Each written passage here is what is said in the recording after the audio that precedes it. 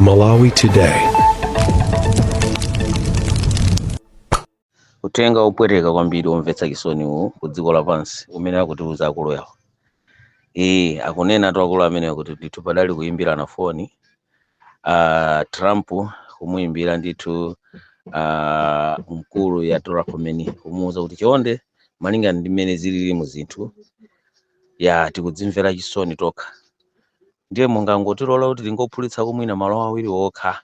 Tikaphulitsa malowo basi tizibwerera ndi sitima chifukwa tikuopa kuyaluka ku dziko lapansi.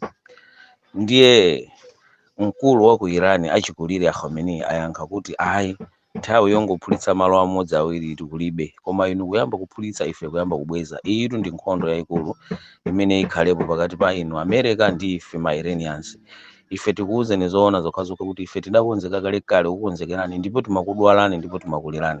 Nthawi imene takhala tikuyisakasaka timayipempha olenga zonse ndi imene yafika.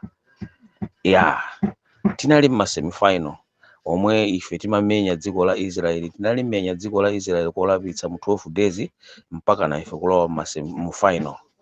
Ndipo inu semifinal yanu munakamenya ku dziko la Venezuela komwe mukwanitsa kumulanda kumutsomphola president wa mdziko la Venezuela cholinga mupeze dziko la Venezuela. Koma inuyo mwapezeka kuti mwalowa mu final ofuna kumenyana ndi ife amene talowa mu final titakantha dziko la Israel molapitsa. Kotero kuti dziko la Israel silidzayiwalanso zomwe dziko la Iran lalichita mu 12 days. Tikunena pano anthu okwana oposa 2 million mu dziko la Israel anasamuka kuthawa zida za ku dziko lozochokera ku dziko la Iran. Ndiye inu ngati mukufuna kumenyana ndi ife tili ready. Ndiye pakadali pano mkulu ameneyu wationetsa ndithu ena mwa masitima ochuluka amene takhala tikunenaje kuti sitima za Iran za nkhondo zonse zazungulira sitima za America ku nyanja, komanso kuli njira ina imene imakhala yofunikira kwambiri imene a Iran atseka imene imadutsira ma business ochuluka dziko lapansi ngati mafuta ndi zina kumeneko ndithu apititsa sitima zawo zonse za nkhondo a Iran ukatseka nkhondo ikangoyambika. Sindikukhulupirira kuti kukhoza kukhala zotani amenewo ndi mavuto amene angakhale pa dziko lapansi livutika kusauka mafuta ayenera kudula molapitsa kuchokera mu njira imeneyi ngati itatsekedwa. Izi ndi zina zimene waunikira mkulu ameneyo. Zonsezi zimene zikumasulira ndithu mphamvu zayamba kutsika za America ndipo dziko la Iran layamba kuvekedwa majaketi mphamvu ndithu. Dziko la Iran layamba kuvala ndithu ufumu wake ndithu ukupitirira ukwera kuchokera mu zimene yachita America kuyaluka. Izitu wachita ndi Mulungu osati munthu wina aliyense. Palibe amene anaganizira ndi kulotapo kuti tsiku lina America idzanyamula masitima ake wonse ankhondo ndikubwera nawo kufupi ndi dziko la Iran. Palibe amene ankalotapo. Izi zachitika chifukwa cha kufuna kwa Mulungu pofuna kutsitsa mphamvu dziko la mphamvu. Tidanena kale kuti chinthu chikamachitika chochabe Mulungu amachotsa mphamvu kwa anthu amene amazitcha mphamvu ndi kuzipereka kwa anthu amene sali amphamvu. Ndi zimene tikuziona pa ground izi lero, umboni wokwanira kuti mabuku a Mulungu sadaname kapena kuti sanama ndipo sadzanama mpaka nakutha dziko lapansi. Kodi inu mumadziwa za nkhondo inu? Mumadziwa za nkhondo inu mangoti mwakuti nkhondo imeja isichitika yayi. Mamuna zako mpachulu nkhondo imeja simenyedwa. Irani inakazoti Irani ndizikowamba. Israeli chabwezili kumene kuli kosewelera kumene kuchako. Ngati mapangira ku Lebanon kucha, ngati mapangira ku Israel ku Gaza kucha. Mava. Bweza kumapiro mejo Israeli makonda nkhondo kwambiri. Mama kadziko lakakazuna kuti laphwekera amango ukatira mabomba akangoti aledzera mu asilikali ngoti akhuta. Nthawi ali mu ndege ulendo makaponya mabomba. Ziyapanga ku Gaza zija akangoti aledzera mowa ulendo makaphulisa ku Gaza. Akaledzera mowa ulendo makaphulisa ku Lebanon. Bweza apanganso chimodzimodzinso ku Irani kucha koma akuopa. Inu Israeli makonda nkhondo. America nakazuna kuti Israeli jali ndizikowamba. Bwezi ije nija kuti Irani je ndizikowamba. America iramba kale kuphulisa kumene kuchako. Koma akuganizona kuti kodi tikati tiyambise zitithera bwanji. Tiye ndikambeni chilungamo. Inu musamvera wabakili muluzira kuti Irani yasapangano kuona mazengazime. Amenoja musamamvera amenoja. Ndipo pano paso ndi anatansuzi amenoja manaziwika pacho azwero beroja. Manthu anangozi kuti munthu wake nduyo anasiyaso anthu uzipanga folo. ambiri anatuluka anawasiyaso mava. Inu nkhondo Irani ijayo ndi dziko lokhalo ku Middle East imene ili mphamvu kwambiri mwamveti. Kumene kuja kule achina Kasimu Sulaimana umene uja mabomba ata amenewo Kasimu Sulaimana amene ni ballistic missile amene Kasimu Sulaimana mwamveti. Kula china Fatah missile kumene kuja mwamva, kuli mabomba othamanga kwambiri kumene kujako. Ndiye America ijaso ikudziwa kuti ife kuti tiyambisa papa siluzozitithira bwanji. Ndiye inu mungoti ayi Irani ija kanangovomereza. Ivomereza chani inu? Ivomereza chani? Irani sikufunika kuvomereza kuti mauti makusizibwa. Inu Israeli ija inachimina imene ija. Nkhondo ya 12 days ija Israeli inachimina.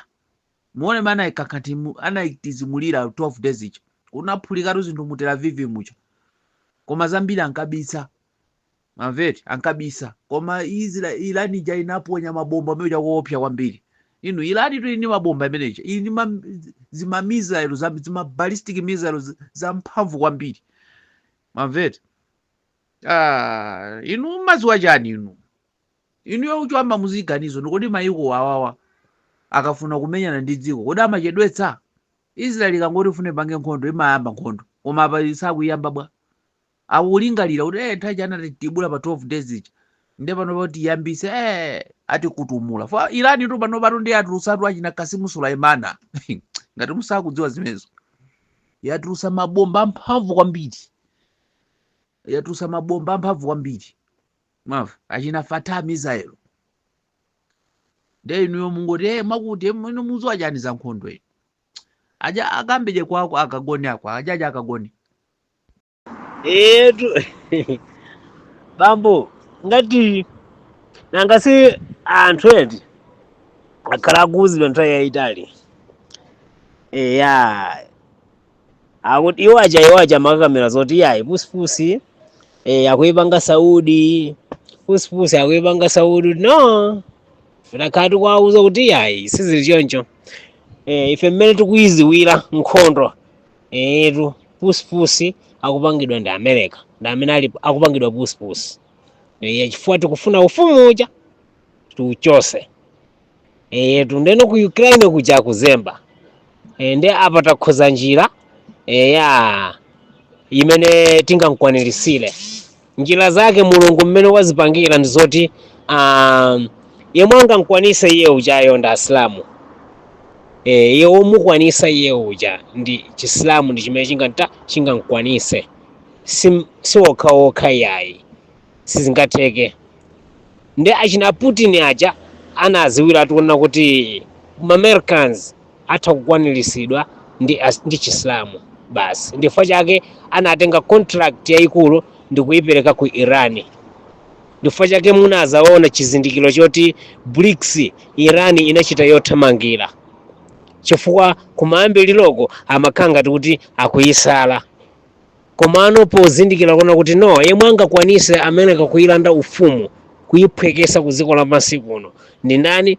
Ndi iwowa. Ndifukwa chake iwaja anapanga show kumuuza ubwino wa BRICS. Ndi udindo umene ungapezeke malo omwe asala. Ndikumapeza kuti malo omwe asala ndi judiciary yoyendesera dziko lapansi. Kuti dziko lapansi malamulo oyendesera dziko lapansi malamulo achi omwe angakhale abwino. Malamulo amenewo ndikumpasa udindo wake Irani kuti yayi yemwe angakwanise malamulo amenewo walowesa ndi Irani. Ndipo kuti mpaka na iwo aja aphuphe asalole Americans aja mpaka na aonekere pabwalo ndi kuti asusane ndi malamulo omwe angachokera ku Irani oyendesera dziko lapansi. Ndifukwa yake tinazana kuti judiciary yoyendesera dziko lapansi panopa ikubwera ya Chisilamu mu ulamulo wa Yesu kuzasogolera dziko lapansi ya Chisilamu.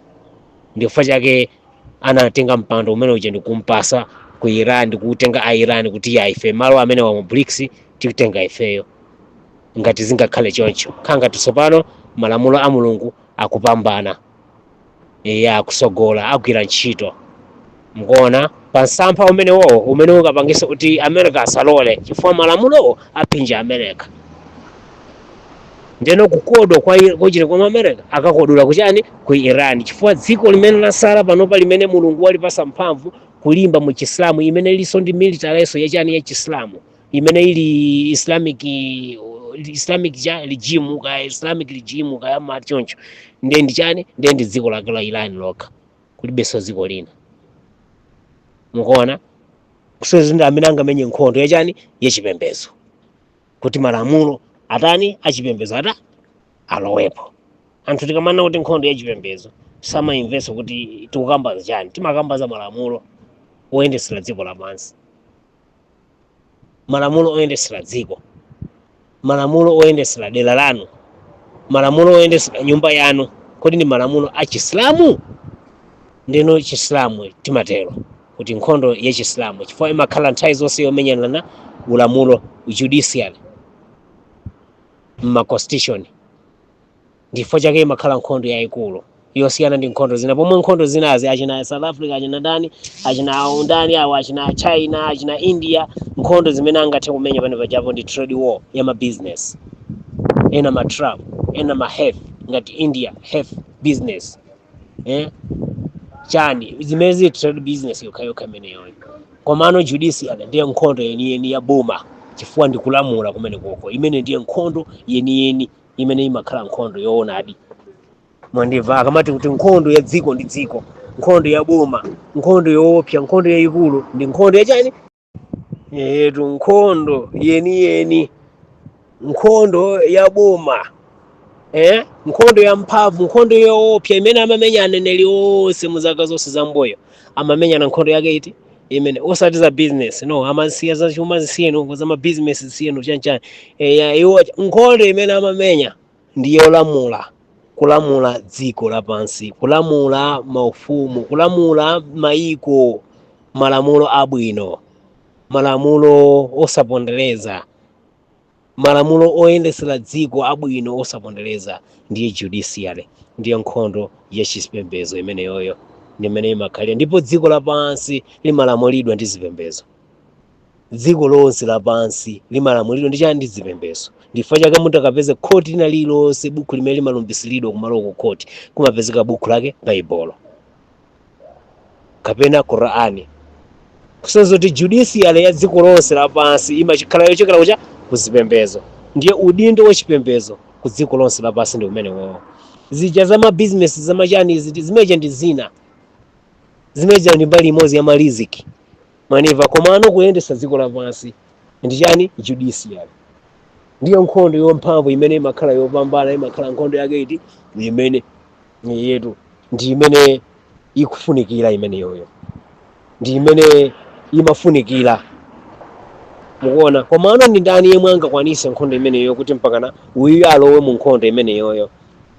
ndifaye kana ampanga ndani anampanga ujeni uja Irani kuti yayi tabwerani ku BRICS kuno yetu Irani nawonso kuti yayi nanka ife tipeza chani ku BRICS iniyo mmafuna chani Irani ndikuzanira kuti ife timafuna zoti malamulo apa dziko lapansi ayende malamulo a Mulungu yetu malamulo a Mulungu osasankha mbali osayima mbali yetu malamulo a chilungamo a sharia malamulo amene anakhazikitsidwa ndi Mulungu mwini wake malamulo a Chiislamu komanso tingoti malamulo abwino osayima mbali ndi malamulo a Chiislamu amene ukuona imene ndi Irani inasankha zimene sinasankhe zofuna za umunthu wakuchibadwa no komano zofuna za umulungu chifukwa zimenezo atazifufuza ndi kuziphunzira mu nthawi zonse zake zonse anapeza zona kuti yayi chilungamo chili mwa Mulungu basi ndi mmene muli chilungamo likanati dziko liziyenda mu malamulo a Mulungu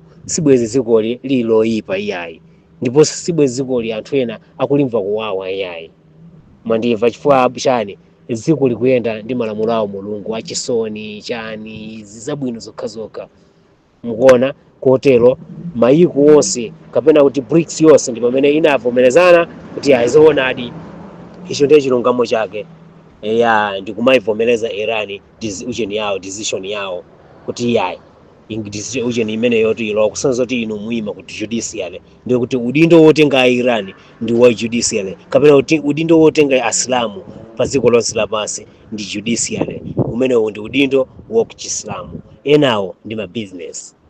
Ndifukwa chake kufikira lero lino mpaka na pano pachapo iye uja wakodwa. Ndifukwa chake pano pachapo kufikira pano pachapo watani wakodwapo basi. Wakodwa pusi amene ujayo eya wakodwa iye uja wanyamuka bwinobwino watenga zida zake wafika kumene kuja eya amenye.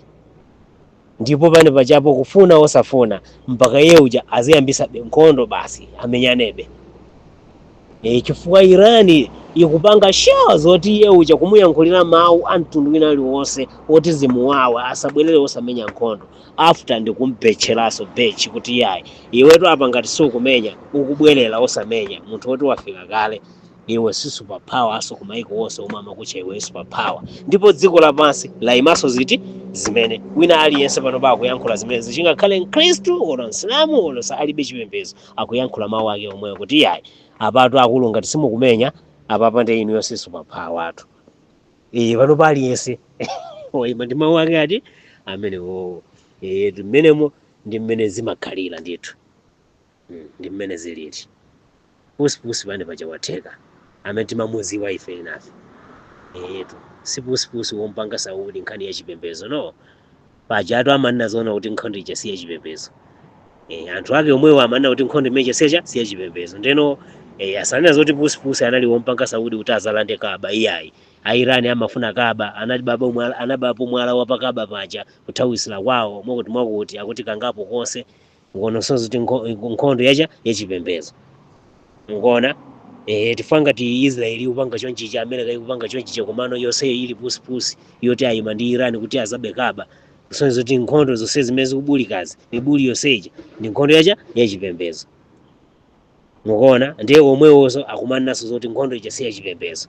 Ndiye kaya anthu amve ziti kaya anthu amene amawamvera awo singati ena afe inawa ife ndiye sitimamvera za iwo chifukwa iwo ayenera aphunzire kwa ife basi sikuti iwo aja angatiphunzitse ifeyo no.